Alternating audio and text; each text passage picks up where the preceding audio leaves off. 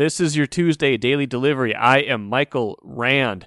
Normal Tuesday, I might be talking about the Wild game that happened Monday night. I might be talking about the Twins game that was supposed to be played Monday afternoon, or maybe even the Timberwolves game where Alex Rodriguez and Mark Lowry, the new owners, were supposed to be in attendance for the first time. Instead, guess what? All three of those teams led the late SportsCenter, but not for the right reasons. All those games were canceled, of course, postponed, probably more aptly, on Monday because of the police shooting of Daunte Wright. I'll talk about those postponements with Velle E. Neal III, Star Tribune columnist, in just a little bit. La Velle wrote a column that's in Tuesday's paper and on StarTribune.com about kind of what the teams were thinking, what their thought process was, and also some of his personal thoughts on where we are right now with this continuously intersecting world of sports and tragedy, unfortunately. That's the only way to put it, right? Because this is part of the playbook that's extended from last summer with the George Floyd killing, and there's a lot of emotional reaction right now. I want to share a few of the responses from around the country, not just locally, before we get to La Velle. I thought the most interesting one was Greg Popovich, Spurs coach. Very outspoken, not afraid to get political, which is great. I think it's great when a coach feels that he's had a long enough tenure, he's been there a long enough time, he's just going to say what he thinks, what he means, anytime a situation like this comes up, which unfortunately is way too often. These coaches are having to answer these questions a lot these days. Popovich went in a long discussion of, gun control, of, people in charge right now. I won't get into all that. He did not have kind words for the governor of Texas, but the end of it was probably the most interesting part because it kind of hit home with the NBA. Popovich said, how many young black kids have to be killed for no reason? How many so that we can empower the police units? We need to find out who funds these people. I want to know what owners in the NBA fund these people who perpetrate these lies. Maybe that's a good place to start so it's all transparent. Aaron Hicks, Yankees outfielder, used to play for the Twins, of course, for the ill-fated trade for John Ryan Murphy. Sat out Monday's game. This hurts him too much. Minneapolis used to be his home. Yankees manager Aaron Boone explaining with all that's going on in Minneapolis, he's having a tough time right now. Had a conversation in my office, and he just felt like it was best to not be in the starting lineup tonight, and I certainly support that, and we'll try and rally around him the best we can. Obviously, the situation is heartbreaking right now in Minneapolis, and I think it hit Aaron particularly hard. Here's a tweet from John Thomas, Timberwolves and Lynx Vice President of Basketball Development, also former Gopher, obviously from here. Says, our community is feeling a familiar pain again today. I'm honestly struggling as I vacillate between my own emotions and thinking about the family and friends of those who lost loved ones. I can only imagine what they must feel. A wise man once said, our systems aren't broken. They're doing exactly as they were intended to do.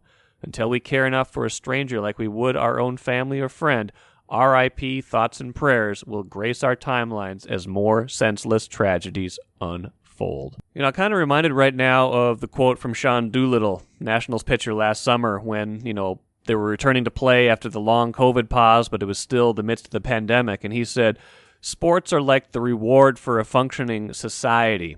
And it's just stuck with me quite a bit because it feels apt in a lot of situations. I'm glad there weren't sports here on Monday. A one-day pause, if it turns out to be that, a two-day pause isn't going to solve everything or much of anything. We're not going to solve much of anything on a 30-minute podcast right now, but we can't just brush past things like this and pretend that we have a society that's functioning the way it should, because obviously when something like this happens with Daunte Wright, society is not functioning in the way that it should.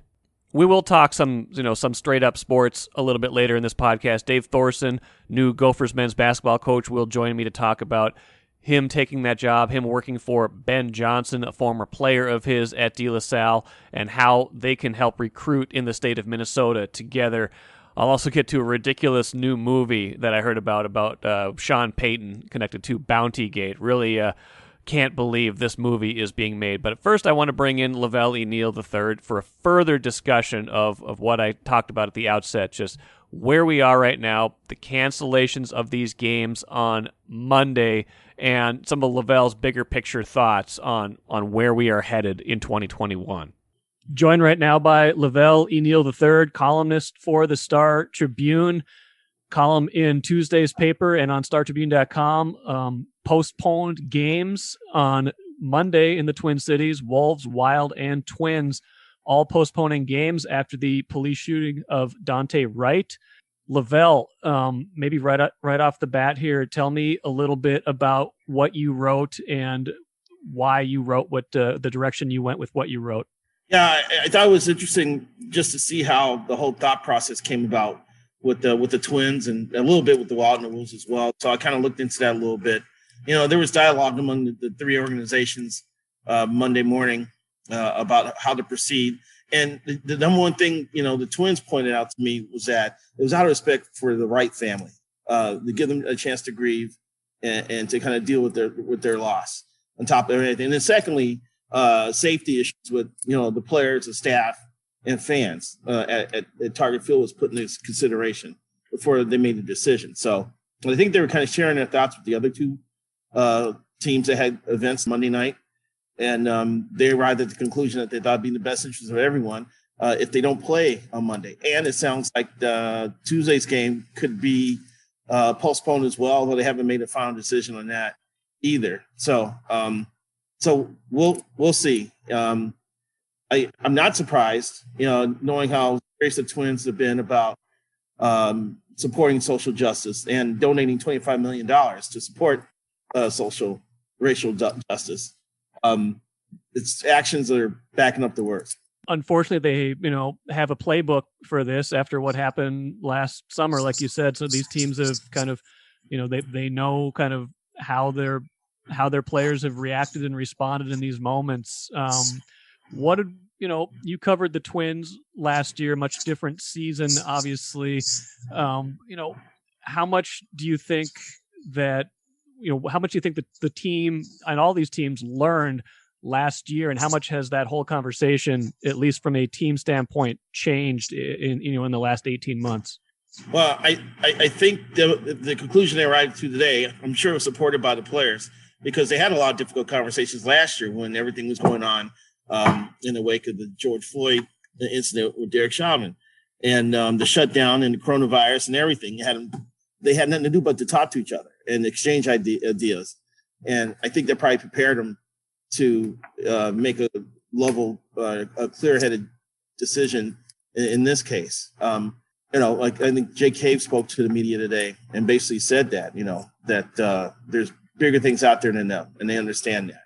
And this is the time to kind of support a family who's lost their son. So I don't think we would have seen this from teams and leagues 2 or 3 years ago necessarily. And I'm not saying the teams were not, that they were uncaring 2 or 3 years ago, but I feel like they have come to a different place now, and I think it's good. I'm glad that they're in this place. I don't wish we were having this conversation right now, obviously, because of what it means. But what do you think, just in the bigger picture of how teams have changed in that respect? How do you think that is reflective of what's going on right now? I think a lot of it's just because of the moment, what we're dealing with as a country right now, and the George Floyd situation ended up being watched worldwide. I mean, there's worldwide protests in honor of Floyd, and sports teams across the world are taking a knee. I mean, the EPL is still taking a knee before they kick off their soccer games. And also, you have to remember, too, we have a little bit of history of this, because when 9/11 happened, Bud Selig made the decision to postpone baseball games, which I think threw the NFL off. They weren't expecting that to happen. So the NFL ended up postponing their games that weekend as well. So it's been done before. People have used sports as vehicle for change in all kinds of areas, and this is just another way. And once again, when you think about safety and what's been going on, what went on last summer in this town, and what happened last Sunday night, Monday morning in this town, the smart move probably was to not have a bunch of people gather at a downtown venue and have a sporting event. On a personal level, La Velle, how are you? I know, we talked a little bit before we started recording here. We're recording on Monday, late afternoon. You said you were up pretty late. You're watching all that's happening on Twitter, watching, live streams, things like that. I just want to acknowledge, how are you, and what has been the process for you at this point? Well, you're always worried about your friends and people that live in Minneapolis and live in the city, and make sure they're squared away. I mean, that's one reason. But yeah, I monitored developments on the Crime Watch Twitter feed until 4 a.m. This morning, and there were a lot, and it was starting to spread. I mean, I was hearing things out of North Minneapolis, things on Lake Street, South Minneapolis, even University Avenue in St. Paul. Apparently, there was something that popped up on the thread there. So that was definitely, it was disheartening and troubling, because I thought we were going to go through everything we went through again last summer in the wake of the George Floyd death. And then today I drove around the Lake Street area. I kind of watched and kind of saw a couple of spots that popped up on the police feed last night that had been broken into and looted.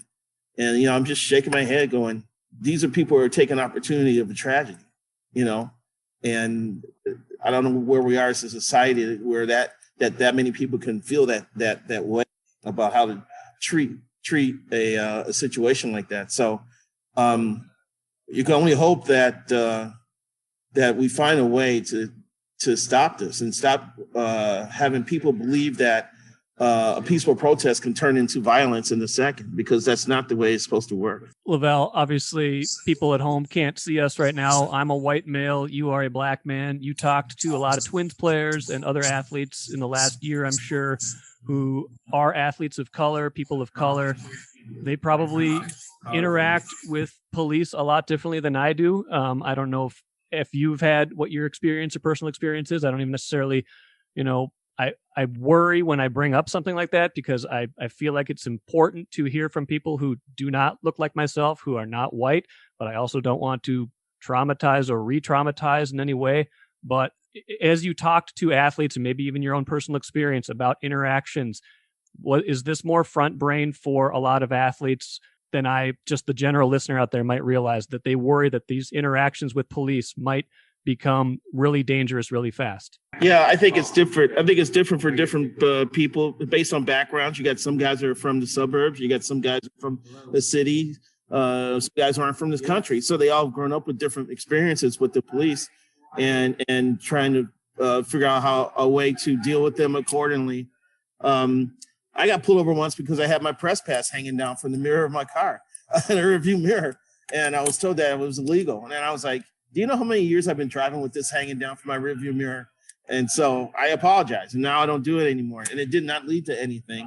In the back of your mind, you're always worried that if you're going to get jacked up for something that you didn't do. But you still, I'm sorry. I mean, I was taught by my parents to treat people the way you want to be treated, and you can't go wrong that way. And I think that if for our society, for us to move forward, we have to get back to some of that, And I think, players also want, players know that people look up to them and they are role models, and their behavior matters. And the things they do and the interactions they have with other people are going to be watched and scrutinized by their fans and people who aren't their fans.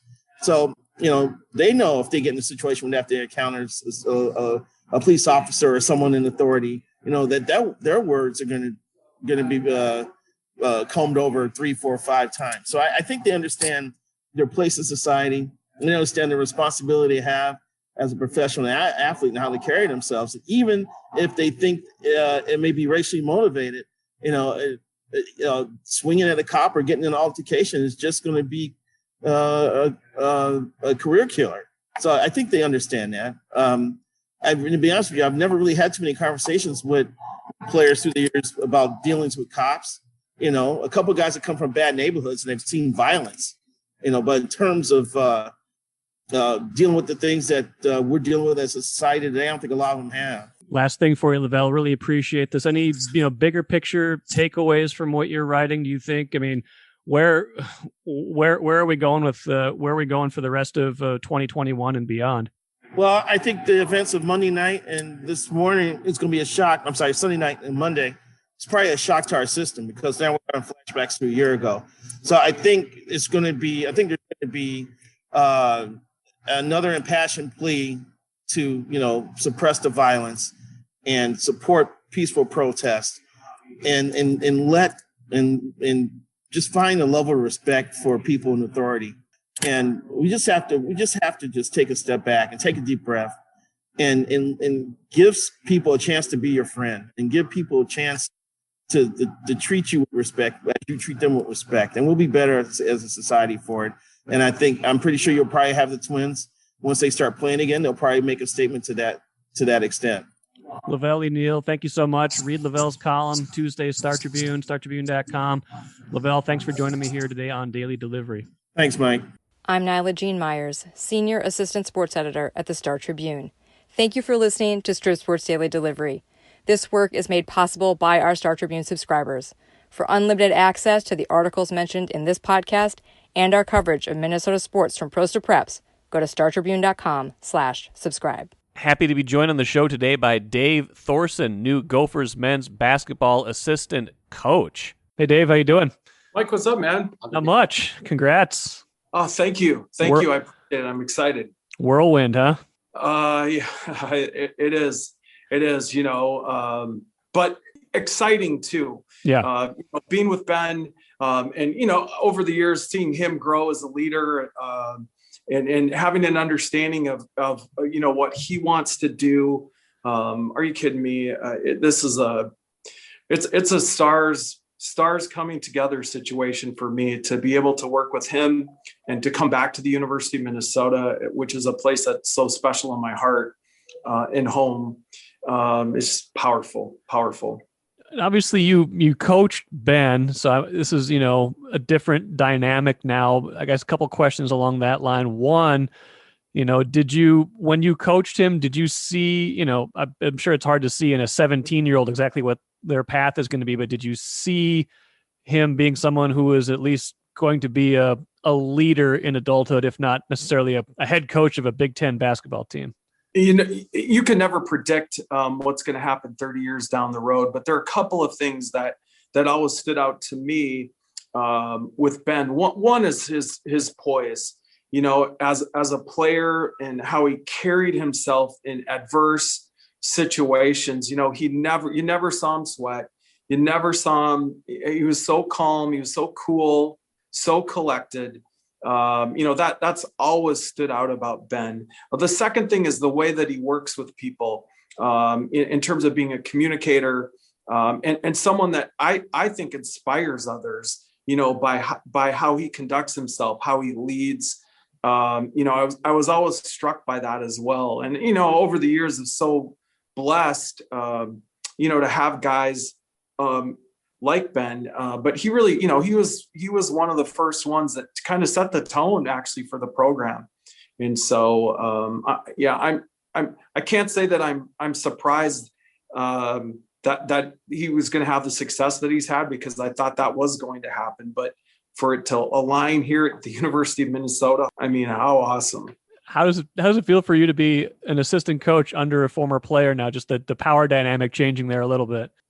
He and I talked so much over the years and I have a great sense of what he believes in from a basketball perspective. And, have I had something to do with that? Probably. But by the same token, his experiences have been so vast in college basketball that, he's helped me, to be honest. And, we're both guys that talk basketball 24/7. If you saw both of us play golf, for example, you'd know that we're not out there doing that.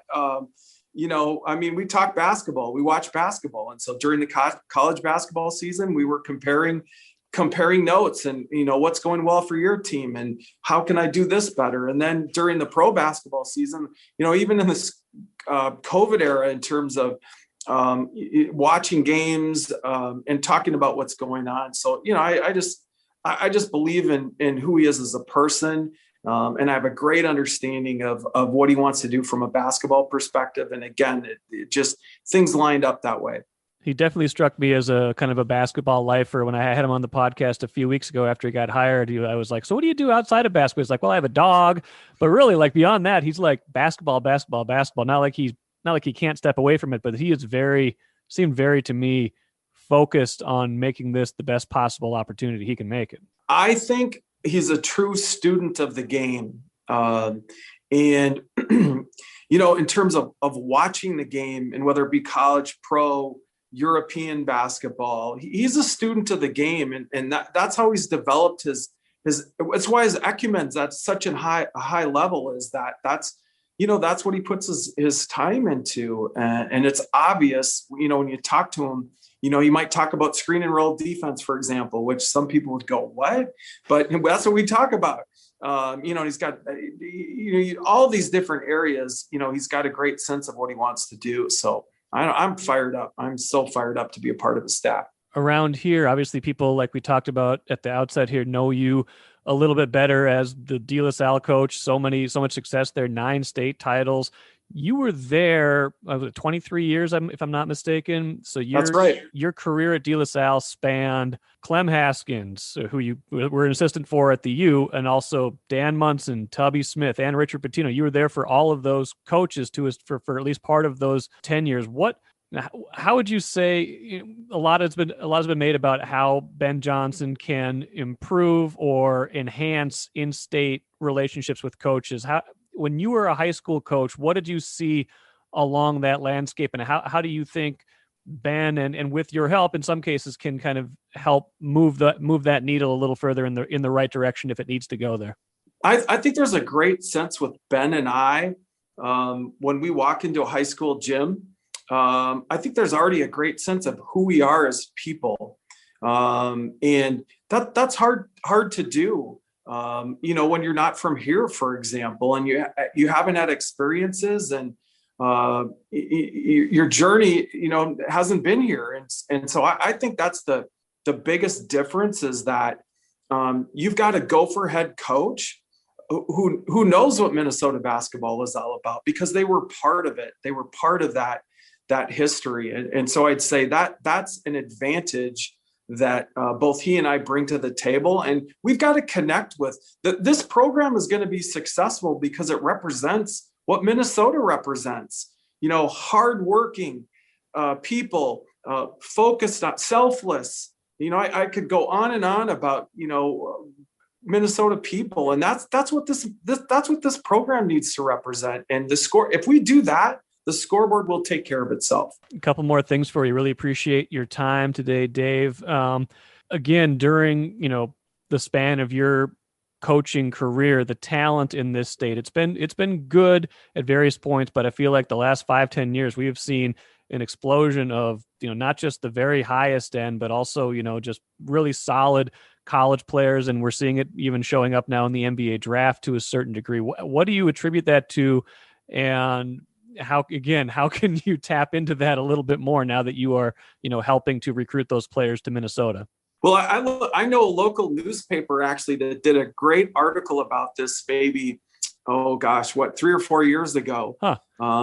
Was it Chip or both you and Chip? I can't remember, but one of the things I think that happened going back all the way to the late 1980s and early 1990s is that you saw a transformation with, I think, really good summer basketball opportunities. And I think it first started with camps. And then what you saw it evolve into, because I can remember when there was a AAU team or a couple AAU teams. And now we could go over to Hopkins or one of these high school facilities and see, literally hundreds of teams playing at different levels. And so basketball has evolved in Minnesota from a participation perspective, and it's gone down to the second grade, third grade, and the opportunity for kids to play just is so much greater than it was when I was first here. So I think that's a big part of the number of players. The second thing is that I know this because in the last 5 years, I've recruited all over the country. Coaching and educators in Minnesota, they're top notch. I mean, they are top notch. And so I think that's a second thing that you've seen, just an enhancement in a way that I think also has impacted the number of players, being college level athletes.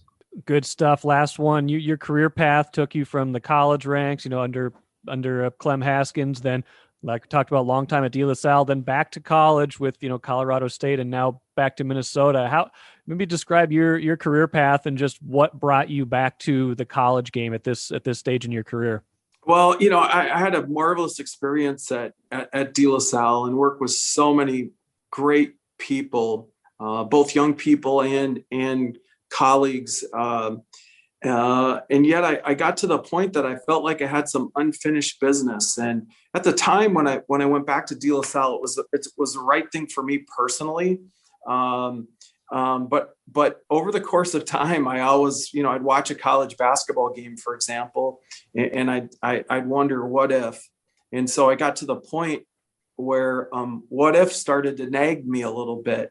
And God bless Rita and LRA that they were willing to go on this journey and make a few moves and that, but it's been so rewarding for me and to work with, great kids all over the place. So I'm blessed as a coach, as an educator, to have worked with the kinds of people that I have and to continue it at the University of Minnesota with Ben Johnson. Awesome for me. Not bad. Appreciate it, Dave. Best of luck. All right. Great catching up with you. And I'm sure we'll chat more down the road. All right. Mike, thanks so much. I appreciate it. Always loved talking to Dave. Knew him back in the day when, I was covering a lot more high school sports and he was the head coach at DeLaSalle. Always been a really good, accessible coach and, obviously a really good coach with 9 state titles. So I'm interested to see and excited to see what he can bring to the Gophers program under Ben Johnson. Let's end with the cooler. Did you guys see this absolute nonsense? Making a new Netflix special movie called The Home Team. It's about Saints coach Sean Payton, who will be portrayed by Kevin James, which is kind of funny in and of itself. But it's an Adam Sandler production. What could possibly be a movie about Sean Payton? You guys, I'm flabbergasted by this. Peter King reported this. It's going to be based on basically how he served as an assistant coach for his son's 6th grade football team after he was suspended in the 2012 season from coaching in the NFL because of the Bountygate scandal. Like, are you kidding me? A heartwarming story about Bountygate is basically what this is. I know it's about him coaching this, the 6th grade team, this NFL coach going to coach a 6th grade team. But if you were Sean Payton, wouldn't you just kind of, who signed off on this apparently, who signed off on all the everything that's going on with this, wouldn't you just want to kind of lay low when it comes to Bountygate? Would you really want to call attention to everything that happened with that scandal again, especially the 2009 NFC title game where they deliberately injured Brett Favre and kept the Vikings from going to the Super Bowl? I don't know. Maybe I would just want to lay low and not make a heartwarming movie for Netflix about it. I know that's one movie I will definitely not be seeing. That'll do it for today. Sarah McClellan going to join me on Wednesday's show, help me break down the Wild and the trade deadline. They didn't do much of anything at all, but they got a bunch of players back recently, including Marcus Foligno, expected to play on Wednesday for the first time in quite a while, so look for that. Thanks for joining me here today. Read me, Star Tribune, StarTribune.com. Subscribe to this podcast, and we'll see you again on Wednesday.